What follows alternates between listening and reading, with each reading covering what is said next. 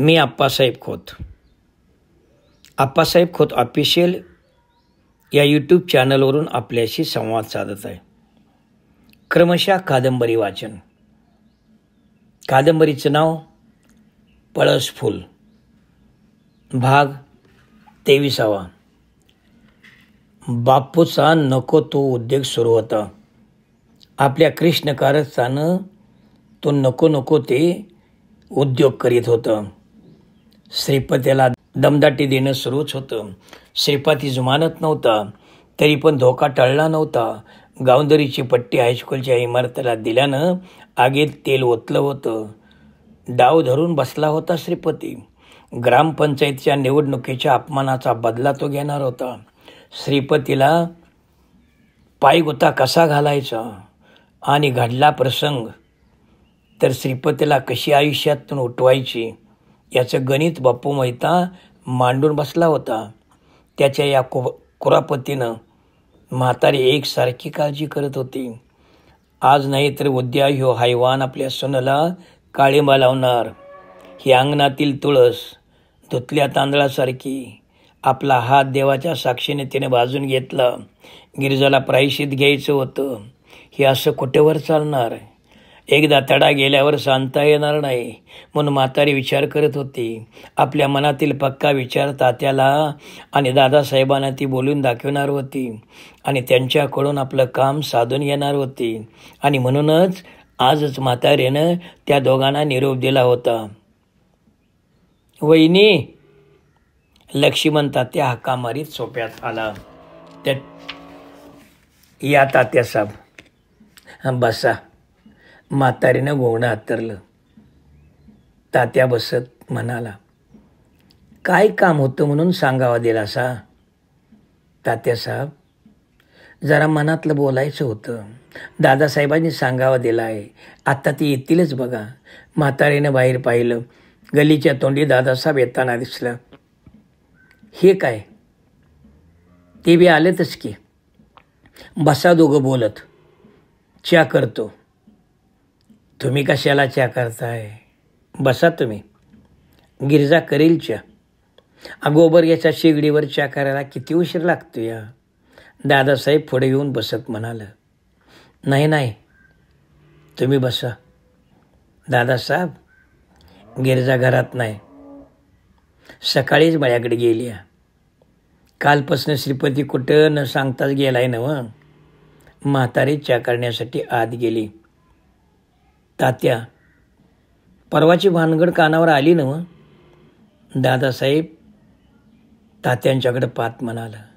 होय, बाप्पू पुन्हा कुरापत काढतोया. हे बघा, तो कुरापत काढणार म्हणूनच आपण तसं वागून चालणार आहे का? मारामारी, पोलीस केस, कोर्ट कचेरी करून आपले यामध्ये भलं होणार नाही. सुस्वरबाई तुझीच पाठ मऊ म्हणूनच दिवस काढायला पाहिजेत. हे खरं आहे व. खरं आमचा पोरगा आणि श्रीपती कुठं ग बसत्यात? तात्या, त्या पोरासनी आपण समजावून सांगितलं पाहिजे.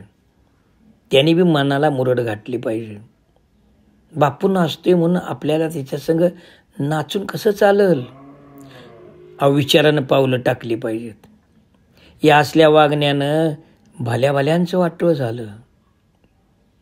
तुम्हाला माहीत आहे ना व, या सगळा विचार करून मी थांबलो. मनात सारखं येतं सोड घ्यावं, पण हे न चांगलं होणार नाही. पुढच्या पिढीत इस्तू पिरला जाईल म्हणून मी बसलो. दम धरला. दम धरण्यासारखं सुख नाही. अहो, काळ ठरवेल खरं कोणचं आणि खोटं कोणचं. दादासाहेबांनी आपलं स्पष्ट मत सांगितलं. हां, च्या घ्या. त्या दोघांच्या पुढ्यात च्या ठेवत म्हातारी म्हणाली. दोघांनी च्या घेतला. कबशा बाजूला ठेवल्या. त्या कबशा बाजूला ठेवत म्हातारीनं मूळ मुद्द्याला हात घातला. दादासाहेब, तुम्ही म्हणता ते खरं आहे.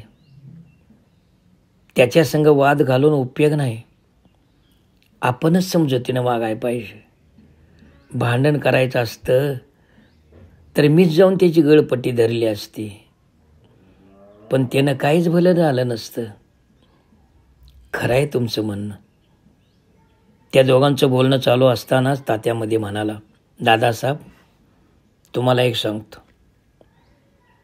त्याचा डाव असणारा असा, श्रीपतीला भ्या दाखवून वाटा सोडायला लावायचा आणि गिरिजाला दांडलून द्यायची. खरं दादासाहेब आम्ही अजून जित्त आहे, मेलेलो नाही. अहो म्हणून म्हणतोय तात्या, भांडण करून कसं चालल? भांडण करून सगळ्या समस्या सुटत नाहीत. उलट भांडण वाढतं, वैरानं वैर वाढतं. अशा वेळी शांतपणानं मार्ग शोधणं लई महत्त्वाचं. विषय तोंडावर आला याची जाणीव होताच म्हातारी म्हणाली, दादासाहेब यावर तोड हाय एक. होय हाय एक तोड. त्यासाठीच मी तुम्हासनी बोलावलंय. मला तुमचा आणि तात्यासाहेबांचा डोंगरा एवढा आधार आहे. अहो तुमच्या बिगार मलाला कोण आहे आणि मी तुमच्या बिगार मी मनातलं कुणाला सांगू? काय करायचं ठरवलंय सा? तात्यानं मूळ विषयाला हात घातला. होय ते तरी सांगा की.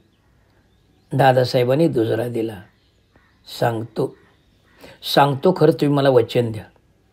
अहो वचन कसलं मागता? तुमच्या चांगल्या गोष्टीला आमचा विरोध असणार नाही. तात्याने होकार दिला. दादासाहेब माझ्या मनात असं आहे, गिरिजाचं आणि श्रीपतीचं लगीन लावावं. हे ऐकून एकदम तात्या आणि दादासाहेब गप्प झालं. कोणीच काही बोलू ना.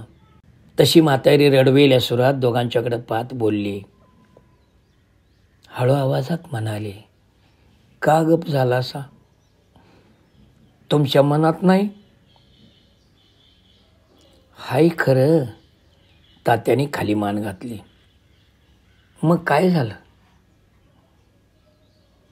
असंच नव्ह, रणक्याबाईचं लगीन आपल्या भावकीत कवा झालंच नाही आणि करायचं नसतं. का तर जग काय म्हणेल, असंच नव्ह? वहिनी धाडस तरी कसं करावं? तात्या म्हातारीला म्हणाला आणि पुन्हा दादासाहेबांच्याकडे पाहत तात्या म्हणाला, दादासाहेब तुमचं तरी काय मत आहे? तात्याने अंदाज घेत विचारलं. तात्या माझं मत विचारलं तर हा एकच मार्ग मला योग्य दिसतो. आता विरोध होणार नाही असं नाही, पण तुम्ही आम्ही सगळ्यांनी खंबीर असल्यावर सारा विरोध मोडून काढू. दादासाहेब जगावेगळे धाडस आहे. आपल्या वाडवडिलांनी असं कवा केलं नाही. आणि दादासाहेब राग मानू नका. तुमच्या घरात होय आमच्या वाडवडिलांनी ते धाडस केलं नाही. माझी बहीण बालविधवा घरातच आहे. आता वय झालं, मोकपण पदरी घेऊन ती जगत आहेच की. मी तेच विचारणार होतो तुम्हासनी. तात्यानं मूळ मुद्द्याला हात घातला. दादासाहेब मागलं उगाळत बसू नका. जग लय सुधारलं. आता तुम्ही काय करणार ते ठरवा. म्हातारीनं पर्याय सांगितला. तसं नाही तात्या, तुम्ही विचारलं म्हणून सांगतो. माझ्या घरात जे धाडस मला करता आलं नाही त्यावेळेचा काळ वेगळा होता आणि काकी म्हणतात त्याप्रमाणे आत्ताचा काळ बदलला आहे. काळाबरोबर आपण कर्त्या माणसाने बदललंच पाहिजे, तर पुढच्या पिढीला सुखाचे दिवस येतील. नवं जग त्यांना पाहता येईल. नव्यानं नवा धडा त्यांना शिकता येईल. म्हणूनच म्हणतोय तुम्हा दोघांनी काहीतरी चांगलं सुचावं म्हणून मी तोड काढली. मला तोंड कशी नकासा पाडू. म्हातारीनं हात जोडत म्हटलं, हवं तर मी तुमच्या पाया पडतो. असं काय करता काकी? आम्ही हे धाडस जरूर करू. आणि दादासाहेब तात्यांच्याकडे पाहत म्हणाला, तात्या माणूस माणसाचा वैरी झाला. माणुसकीला यायला गेले. चालणाऱ्यांना आपल्याशिवाय कोण वाट दाखविणार? आणि आपली या चांगल्या कामाला तयार आहे. मी एका पायावर तयार आहे. तरी मला वाटलंच होतं आमचं दादासाहेब नाही म्हणणार नाहीत. म्हातारीला आनंद झाला. दादासाहेब, तुमचं मत असलं तरी माझी बी तयारी आहे. वहिनी, काळजी करू नका. मी एकटा आडवं येणारं सगळं वांजोबार तटवून धरतो. चांगल्यासाठी जीव दिन जीव. ह्यो तात्या मोहिते आहे. धडधडत्या मोकळ्या मनानं तात्या बोलून गेला. आणि हो तात्या, आपण हे सगळं ठरविलं आहेच, पण गिरजाचा विचार घ्यायला नको का? दादासाहेबांनी शंका बोलून दाखवली. तशी म्हातारीनं खुलासा केला. दादासाहेब, तिची काळजी करू नका. अहो, मी रंडकी बाई, माझी सून रंडकी बाई, त्यातनं आम्ही बाई माणसं. बाईचं मन बाईनंच ओळखू जाणं. मग काय अडचण नाही तर. दादासाहेबांनी दीर्घ ओसासा घेऊन म्हटलं. विचारात घडून गेलेला तात्या एकदम म्हणाला, अडचण नाही कशी म्हणतात दादासाहेब? अहो, श्रीपती संग लगीन लावलं म्हणून श्रीपतीला जमीन काकीची मिळणार आहे का? अहो, तुमची काकी म्हणजे आमची वहिनीच की. तिच्या जमिनीचं काय करायचं? कारण जमिनीचं खातं वहिनीच्या नावं. होय, तेही खरंच आहे. पुन्हा भावकीत भांडणं होणार ह्या जमिनीपायी. आणि तो काही ग बसणार आहे वे लांडगा. दादासाहेब चिंतेत पडलं. भावकीत तरी भांडणं झाली तरी आपल्याला जमिनीची आशा नाही. माझ्यावर डोंगरा एवढा गिरजाचा उपकार आहे. तात्यानं आपलं मत सांगितलं. अहो, तुम्हासनी आशा नाही खरं बापू. तो लांडगा आहे म्हणतोय ना मी, त्याचं कसं?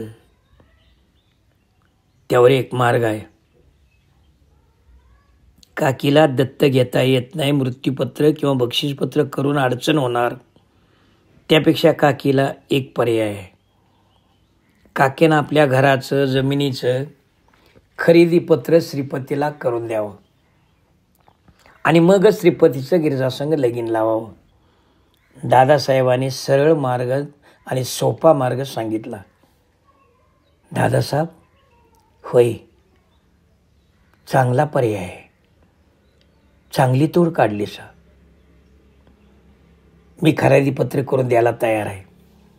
मग ठीक झालं. त्यामुळं बापू मोहिताच काय, कोणाचाच हक्क जमीन घर जुमला यावर चालणार नाही. श्रीपतीने गिरजा सुखानं संसार करतील. दादासाहेबांनी गुंता सोडविला. मग दादासाहेब, तुमच्या बाजीरावाला आमच्या महादेवाला एक गोष्ट बोलू.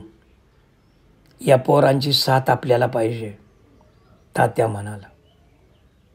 तेही चांगलंच आहे. मग लवकरच तालुक्याला जाऊन खरेदीपत्र करून टाकू. होय, लवकरात लवकर खरेदीपत्र करायला जाऊया. आणि कोण कोण जायचं खरेदीपत्र करायला हे बी ठरवा. कोण कोण? हे बघा, आपण ती गाईस, श्रीपती योग, महादेव योग आणि आमचा बाजीराव. झालीत की. एवढी माणसं आपलीच आहेत. ही गोष्ट या कानाची त्या कानाला माहिती होता कामा नये. म्हातारी म्हणाली, माझ्या मनातलं मी बोललो. आता जीव माझा भांड्यात पडला. आबाळ एवढं माझं दुःख हलकं केलं सा. आता बसा बोलत. पुन्हा एकदा चहा करतो. म्हातारी उठली. मागील दारात आली. चुलीवर चहा ठेवला. सहज तिची नजर परसदारात गेली. परसदारातील शेवगा पांढऱ्या फुलाने नटला होता आणि त्याच्यावर कावळा बसून जणू शेकून सांगत होता. धन्यवाद.